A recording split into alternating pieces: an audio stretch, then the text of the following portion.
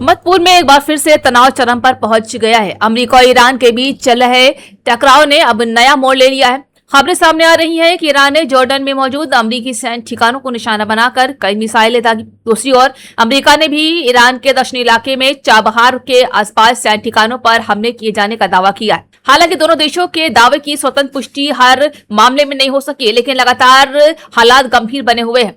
रिपोर्टों के मुताबिक जॉर्डन में मौजूद अमेरिकी सैन्य सुविधाओं की और ईरान ने कई मिसाइलें दागी। कुछ मिसाइलों को रास्ते में ही एयर डिफेंस सिस्टम में रोक दिया, जबकि कुछ हमलों से इलाकों में धमाकों की आवाज सुनाई गई।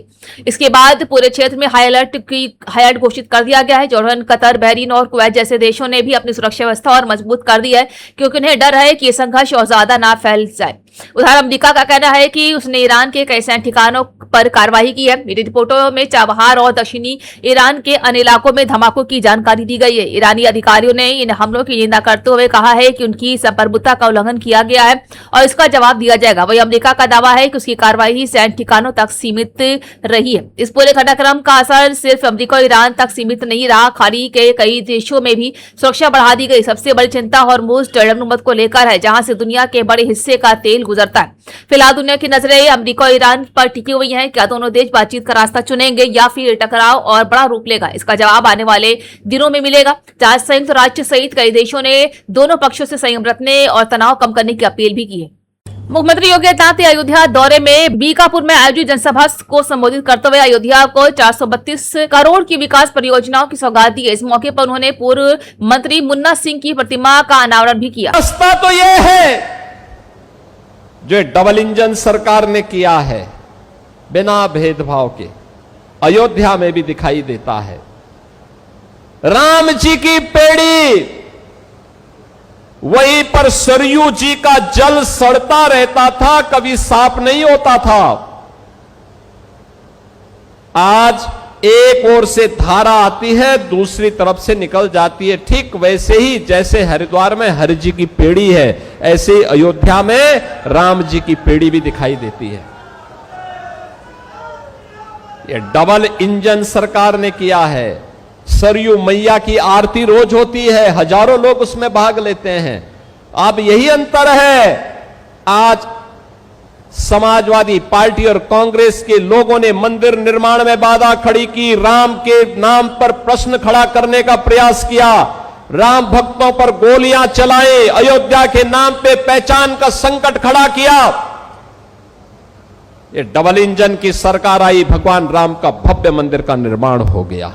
मधुपुर में एक बार फिर से हालात बेहद तनावपूर्ण हो गए हैं। अमेरिका और ईरान के बीच टकराव अब लगातार बढ़ता दिखाई दे रहा है।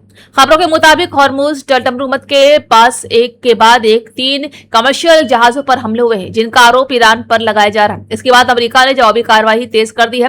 बताया जा रहा है कि पिछले 3 दिनों से अमेरिका सेना लगातार ईरान के अलग अलग शहरों, सैन्य ठिकानों और अहम इंफ्रास्ट्रक्चर को निशाना बना रही है। हालांकि दोनों पक्षों के दावे की स्वतंत्र पुष्टि अभी तक नहीं हुई है।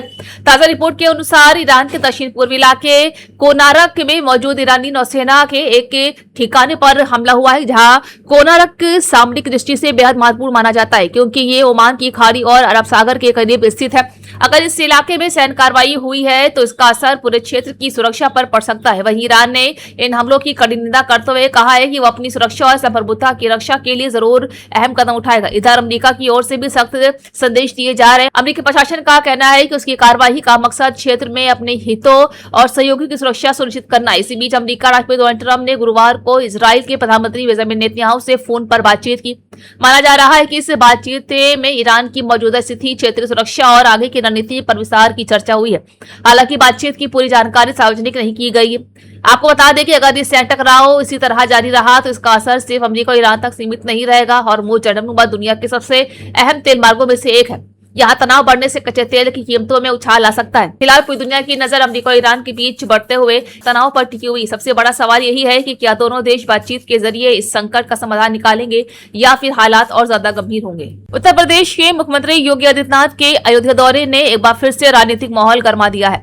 अयोध्या के बीकापुर में आयोजित एक जनसभा के दौरान मुख्यमंत्री ने करीब 423 करोड़ रुपए की विकास परियोजनाओं का लोकार्पण और शिलान्यास किया। आपको बता दें कि जनसभा को संबोधित करते हुए मुख्यमंत्री योगी आदित्यनाथ ने कहा है कि लंबे समय तक अयोध्या विकास से वंचित रही है। उन्होंने आरोप लगाया है समाजवादी पार्टी और कांग्रेस की सरकारों के दौरान हनुमानगढ़ी में नमाज पढ़वाई गई। उन्होंने सवाल उठाते हुए कहा है कि क्या कभी दिल्ली की जामा मस्जिद में हनुमान चालीसा का पाठ कराया जा सकता है। मुख्यमंत्री ने अपने राजनीतिक विरोधियों पर धार्मिक आस्था के साथ खिलवाड़ करने का आरोप लगाया है और कहा है जनता अब ऐसे लोगों को अच्छी तरह से पहचान चुकी है। कल्पना करिए, क्या कोई जामा मस्जिद में कभी हनुमान चालीसा का पाठ कर पाएगा? क्या सरकारें करवा पाएंगी? क्या समाजवादी पार्टी और कांग्रेस करवा पाएगी? अगर नहीं करा पाएगी तो ये पाप क्यों करवाया गया था? अयोध्या में हनुमानगढ़ी की सीढ़ियों पर नमाज पढ़वाने का पाप क्यों करवाया गया था? कौन करवा रहा था ये? बहन और भाइयों, आज अयोध्या आप देखते होंगे, हमारी अयोध्या तीनों लोकों से न्यारी है। अब अयोध्या लखनऊ में रात से जबरदस्त बारिश हो रही है। लगातार जारी रिमझिम बारिश के बीच बच्चे भीगते हुए स्कूल पहुंचे, जहां बारिश के चलते रनकीपुर विस्तार में एक स्ट्रीट लाइट के पोल में करंट उतर आया है। इसकी चपेट में आने से एक गाय की मौत हो गई है। उधर वजीरबाग में नाला नाक का सड़क पर बह रहा है। मौसम विभाग ने आज भारी बारिश का अलर्ट जारी किया है। अनुमान है कि आज अधिकतम तापमान 31 और न्यूनतम तापमान 26 डिग्री सेल्सियस हो सकता है।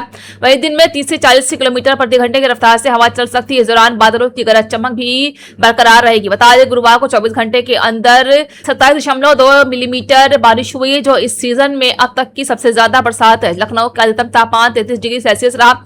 इस समय से 1.9 डिग्री कम था। न्यूनतम तापमान 27 डिग्री 2 डिग्री रहा, जहां ये समय से 1.2 डिग्री सेल्सियस ज्यादा था।